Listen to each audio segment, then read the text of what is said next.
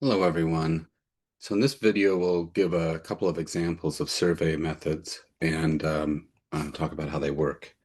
So the first method is going to be what's called a one sample estimate. And we kind of gave an example of this by looking through like the dorms and finding the number of biology majors last time. So this is one sample estimate. Um, but let's use the vocabulary, and we'll use an example in this video. We'll use examples from the book.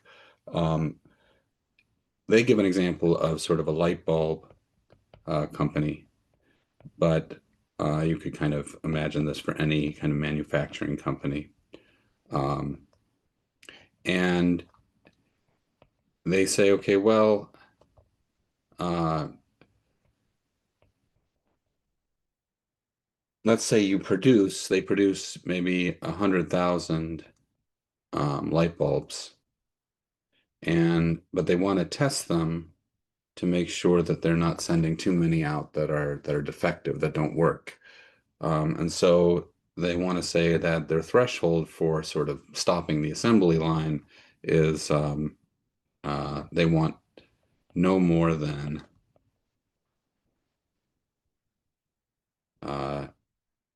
2,500 defective light bulbs.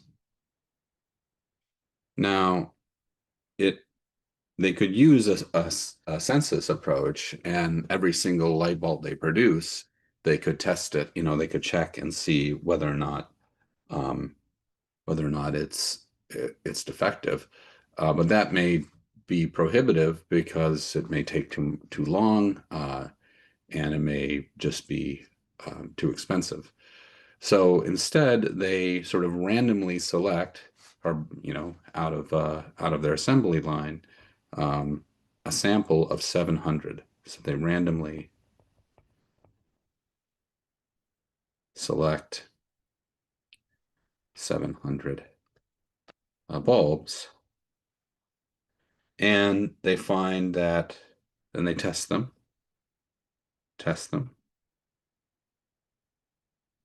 and find 16 are defective. Okay. So my numbers in this example are a little bit different than the books, but this is the same idea. Um, and so then what what do they then infer? How are they going to use that to estimate the statistic of how many defective light bulbs they're after? So what they want is an n value of defective light bulbs.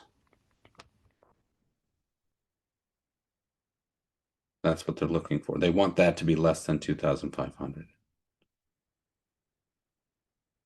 And the way they get this is they say, okay, well, what is the percentage of defective light bulbs that we tested from this random sample?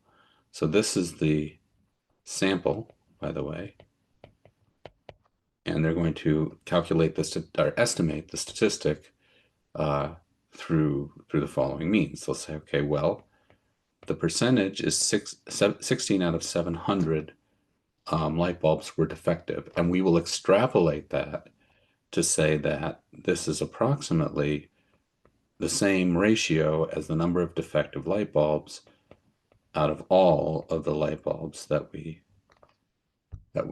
manufacture. And we can go ahead and compute this value by multiplying both sides by 100,000. If we do so, we will get that n is approximately 16 over 700 times 100,000. Okay, or, well, we get what, 16,000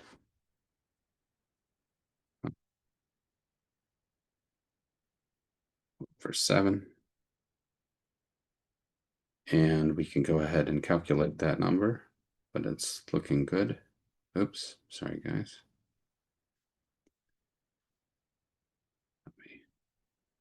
move this up.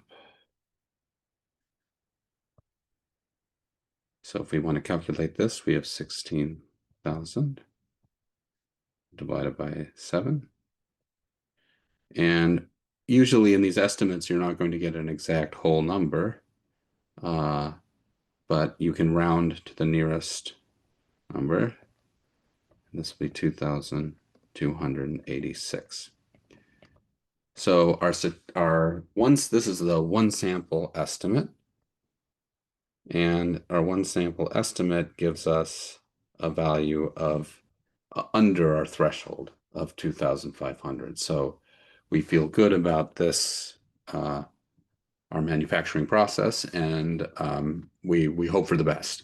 Now, remember, this is a statistic. It's an estimate. It's not a census, so we don't know that this is actually what we have, but it's a very good, I mean, the larger your sample is, the better of an indicator this is, so long as the process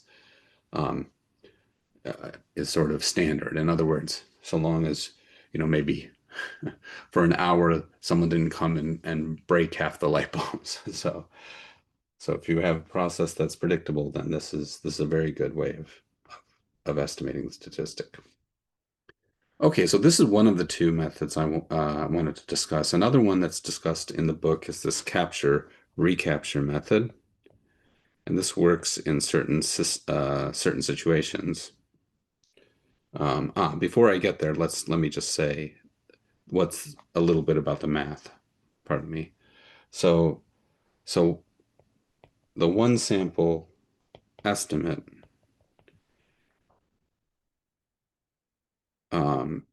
often has some variables, some mathematical variables that we use. So P is sort of the population that you calculate. So in this case, the population is 100,000. N is what you're looking for. This is the N value of whatever it is you're trying to find, whatever characteristic population you're trying to find that you are interested in.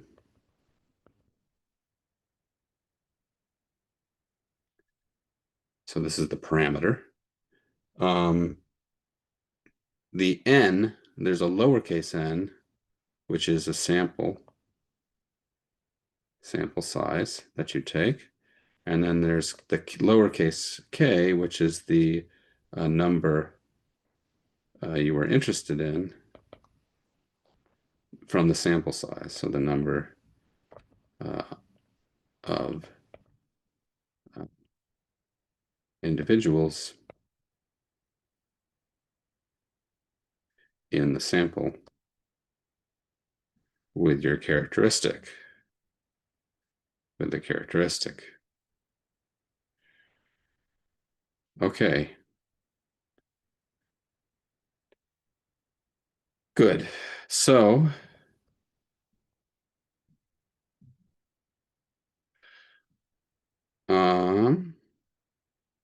what you then find using, sorry, I'm trying to move this up here.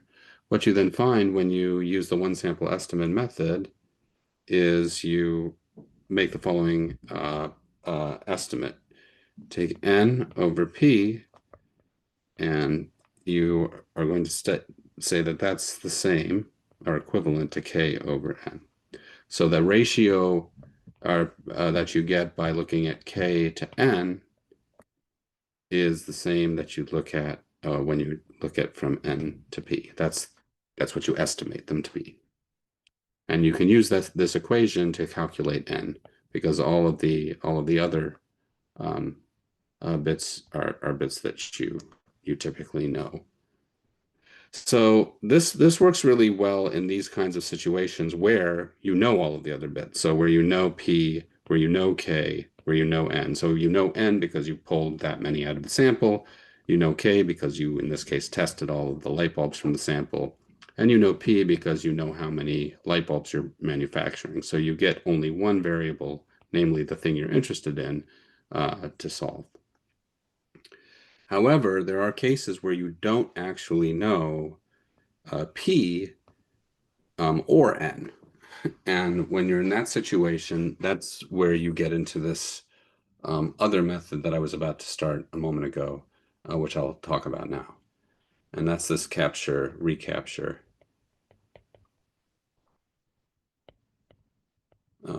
method.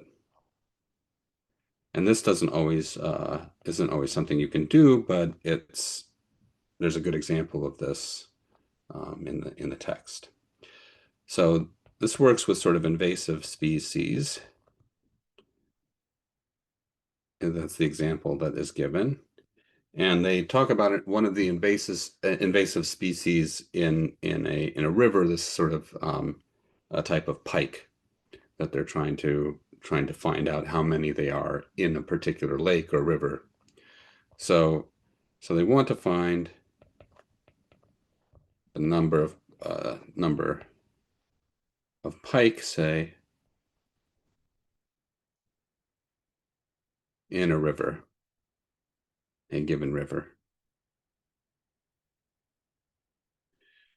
Okay, and so how do they do this? Well, they don't know. So this is one of these cases where they don't know uh, the number of pike, and they don't know how many fish there are in the river. So how are they going to find out two of these quantities uh, without, with this method? They wouldn't be able to do the one sample method and really get anywhere. So um, what do they do instead? So they do a two-step process. So the first step is they'll capture a first sample of fish.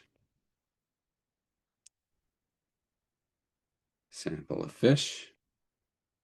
And we'll say uh, N1 fish.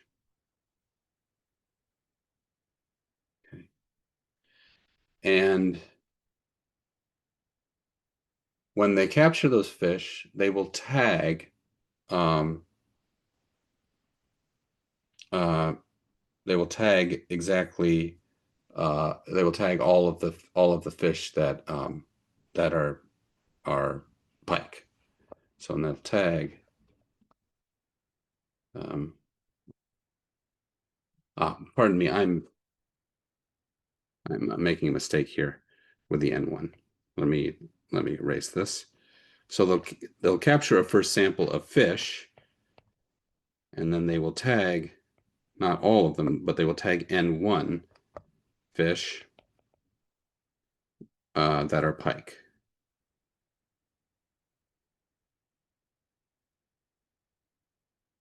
Okay.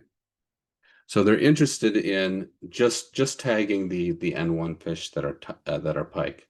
Okay. And uh, the point is that now they're going to say, well, what do they need to multiply by to get capital N? So they want to find N equaling the number of pike. And what have they found? They found N sub 1. So they found N sub 1 of N. That's the percentage of the pike that they found as a percentage fraction pike.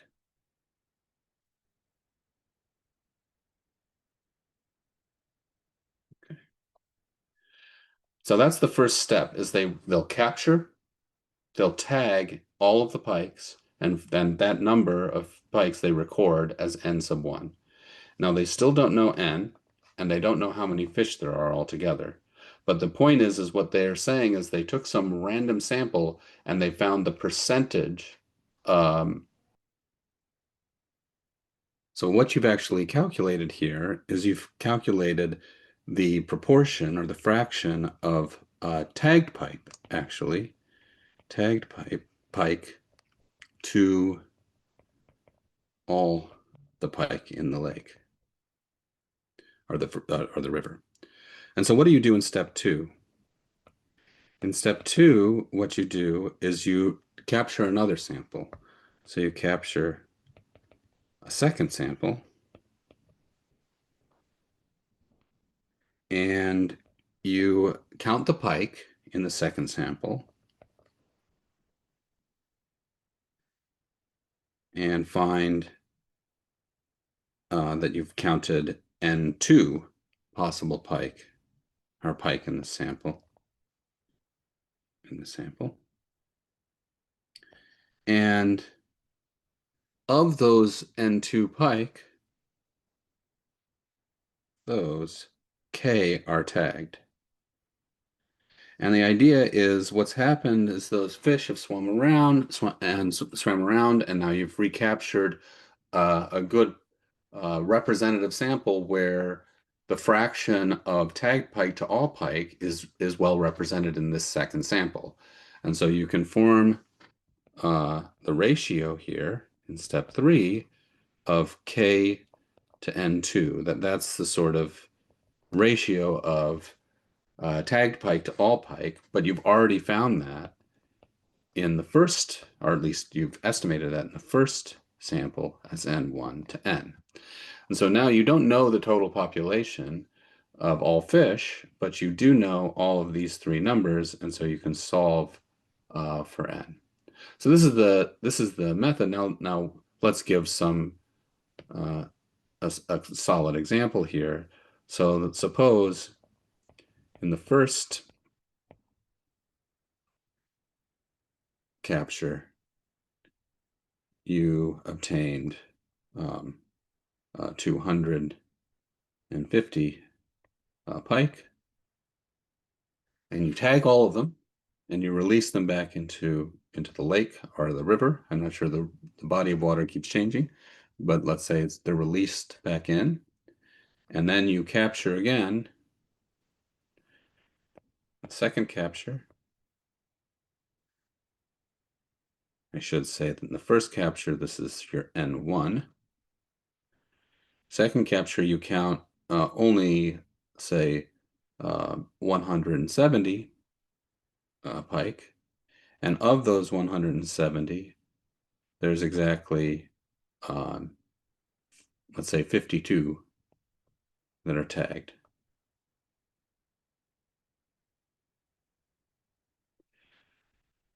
Now, you make up this equation.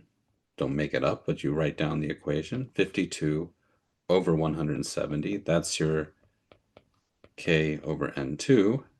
This is approximately equal to the 250 over your unknown N value.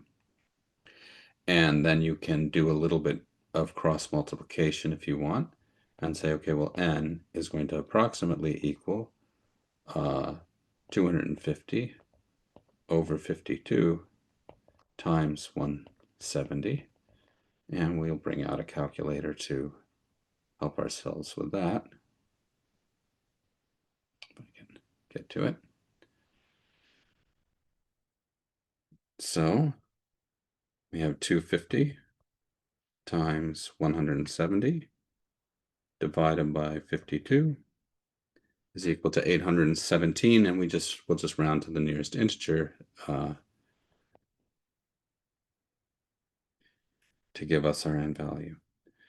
So this gives us an estimate of 817 pike in the lake or river. Sorry if my bodies of water I'm not committed. So, but this is the method that you use here to find your N value in this case. All right. So these are a couple of methods for surveys, and they're very often used when companies or research institutes or governments are interested in finding data on a particular